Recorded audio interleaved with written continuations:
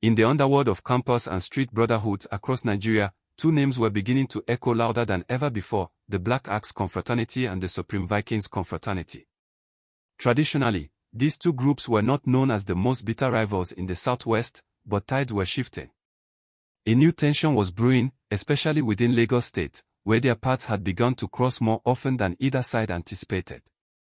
What had once been distant and indirect friction was now turning into a dangerous rivalry that threatened to reshape the balance of influence in the region.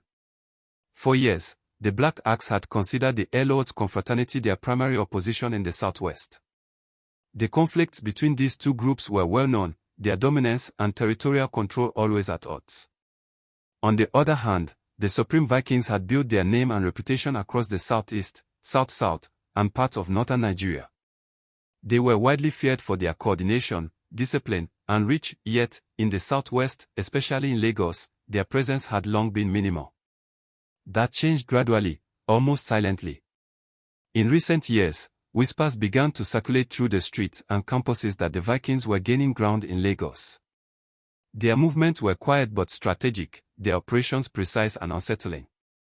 Members of the Black Axe soon began to notice a disturbing pattern, one that suggested the Vikings were not only present in Lagos but growing stronger by the day. The first real signs came through a series of unexpected attacks targeting Black Axe members. These were not random acts but carefully planned strikes that demonstrated deep understanding of their rivals' operations. It became clear that the Vikings had established networks in Lagos far deeper than anyone had assumed. For the Black Axe, Lagos had always been their stronghold, a city where they felt untouchable, a domain they ruled with confidence. Their focus remained on countering the Lords, who had far larger numbers and a long-standing history of rivalry with them.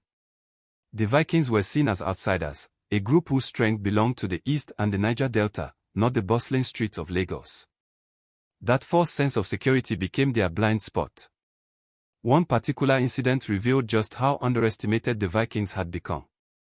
A feared Black Axe hit squad, known across Lagos for its ruthless efficiency against Lord members, intercepted a young man suspected of belonging to the Supreme Vikings. By their usual standards, this encounter should have ended badly for him. Yet, surprisingly, it didn't. The squad spared him, not out of mercy, but out of disregard. They mocked him, warning that Lagos was not a place for Vikings, advising him to return to the East if he wished to continue his association with the group. To them, he was a small fish in the wrong pond. But that moment of arrogance would come back to haunt them. Weeks later, a shocking event in Satellite Town sent ripples through the entire network. A known member of the Black Axe was taken down in a sudden attack believed to have been orchestrated by the Vikings. It was swift, coordinated, and fearless, carried out right in Lagos, where the Black Axe had always believed they were untouchable. That single act changed everything. It wasn't just a clash, it was a statement. A message from the Vikings that they were no longer confined to the East or the South-South. They were in Lagos now, and they had come to stay. From that point on, both brotherhoods began watching each other more closely. Suspicion and paranoia grew. What had once been a distant rivalry was now turning into a silent war, one that would soon engulf the streets, campuses, and neighborhoods of Lagos in a wave of tension the city had not seen in years. The event that truly ignited the flames of tension between the Black Axe and the Supreme Vikings began one humid evening in Satellite Town, Lagos. It was a day that seemed ordinary at first. Street traffic was moving as usual, traders were calling out to customers, and life went on with its usual Lagos rhythm. But somewhere in the middle of that chaos, a single chase was unfolding, one that would soon make headlines within the secret world of these confraternities. A member of the Black Axe was said to have been running for his life that evening. According to several accounts, he was being pursued by an Lord hit squad, a group known for targeting rival members whenever they got the chance. The Black Axe member, realizing he was outnumbered, tried to escape through narrow streets and alleys, desperate to shake off his pursuers. But fate, it seemed, had other plans. As he turned a corner, gasping for breath, he suddenly ran into another group, men who, by sheer misfortune, were members of the Supreme Vikings Confraternity. At first, it wasn't clear what had happened between them. Some eyewitnesses claimed there was a brief exchange of words, while others insisted the confrontation turned violent almost instantly. The Vikings gave chase, and within moments, the Black Axe member was overpowered. By the time the incident ended, word spread fast. The Vikings had taken down a member of the Black Axe right there in Satellite Town. The news traveled quickly through Lagos and beyond. Within hours, whispers spread across confraternity circles, voice notes circulated online, and speculations filled the air. Why would the Vikings attack a Black Axe member who was already fleeing from the Air Lords? What exactly was their motive? Different stories began to emerge. Some claimed it was a pure coincidence, that the Vikings simply acted out of impulse when they saw a rival member in distress. Others, however, believed there was a deeper story behind the incident. According to one insider source, the Black Axe member who lost his life that day had long been on the Vikings' wanted list due to unresolved issues from the past. The source alleged that some time ago, in another city, that same Black Axe member had been involved in the death of a Viking member, a move that angered the Brotherhood deeply. Since then, the Vikings had been quietly watching for an opportunity to retaliate. And so, when fate brought him directly into their path, while he was already running from another rival group, they saw it as a chance to settle an old score. In their eyes, it wasn't just a random act, it was justice served. But the Black Axe saw things differently. To them, the entire event looked suspiciously coordinated. The fact that a Black Axe member could be chased by the Air Lords and then immediately ambushed by the Vikings in the same area raised serious doubts. Rumors began to circulate that the Air Lords and Vikings had joined forces, temporarily, to weaken the Black Axe in Lagos. The tension became worse when reports surfaced suggesting that certain influential members of the Vikings' national leadership, often referred to as the Norsemen Club, were providing financial and logistical support to the Lagos chapter. Their goal, according to these allegations, was to help the Vikings establish a stronger presence in the southwest, particularly in Lagos, where the Black Axe had long dominated. If true, it meant the clash wasn't just personal, it was strategic. The Black Axe leadership in Lagos took the situation as a direct challenge, not only to their members but to their long-standing control over territories they had ruled for years. They viewed the Vikings' growing confidence as a declaration of rivalry, one that could no longer be ignored. Within days, the city's underground network was buzzing with warnings, coded messages, and silent movements. Trust between the groups completely broke down. What began as a single, unlucky encounter in Satellite Town had now become the spark that could ignite a larger confrontation across Lagos. And beneath the surface, something even more dangerous was forming, an unspoken alliance between certain rival groups, a shift in loyalties that could change the power structure of Lagos' confraternity landscape forever. The news of what happened in Satellite Town hit the Black Axe Brotherhood like a thunderbolt. The loss of one of their own, especially in such a humiliating way, stirred deep anger and resentment within their ranks. For years, they had viewed the Supreme Vikings as a minor threat in Lagos, a group whose strength was mostly felt in the eastern and southern parts of Nigeria. But now, that perception began to change. The attack in Satellite Town served as a wake-up call. The Black Axe leaders and foot soldiers realized that the Vikings were no longer to be dismissed or ignored. They had proven they could strike boldly, even in Lagos, the stronghold of the Axe. To the Black Axe, it was no longer about revenge alone, it had become about reputation and control. Determined to send a strong message, the Black Axe hit squad mobilized and stormed the streets, searching for anyone linked to the Supreme Vikings. Their mission was simple: identify, confront, and neutralize any Viking member operating within the area. But there was a major problem: the Vikings didn't have a large population in Lagos. Their faces were not well known, and many of their members operated quietly without drawing attention. This made things complicated. The Black Axe squad began acting on rumors, hearsay, and vague descriptions. If someone was seen associating with certain people, dressing in a particular way, or even living around areas rumored to host Viking members, that person automatically became a suspect. The lack of clear information turned the operation into a dangerous guessing game. In the days that followed, several innocent people fell victim to the chaos. Reports claimed that 4 individuals were attacked by the hit squad in different parts of the community. Out of the 4, only one, a young man known as Kuhiendi, was later confirmed to have been a genuine member of the Vikings. The other 3 were ordinary residents who had no ties to any confraternity. They were simply in the wrong place at the wrong time. The killings shocked the area. Fear spread among the residents, many of whom had nothing to do with confraternity issues but were now caught in the crossfire. Parents began warning their sons to come home early and avoid walking in groups at night. Shop owners closed earlier than usual, and conversations in the neighborhood were filled with tension and worry. The Supreme Vikings, however, were not going to remain silent. When they received word of the killings, especially the death of Kuhiendi, anger rippled through their camp.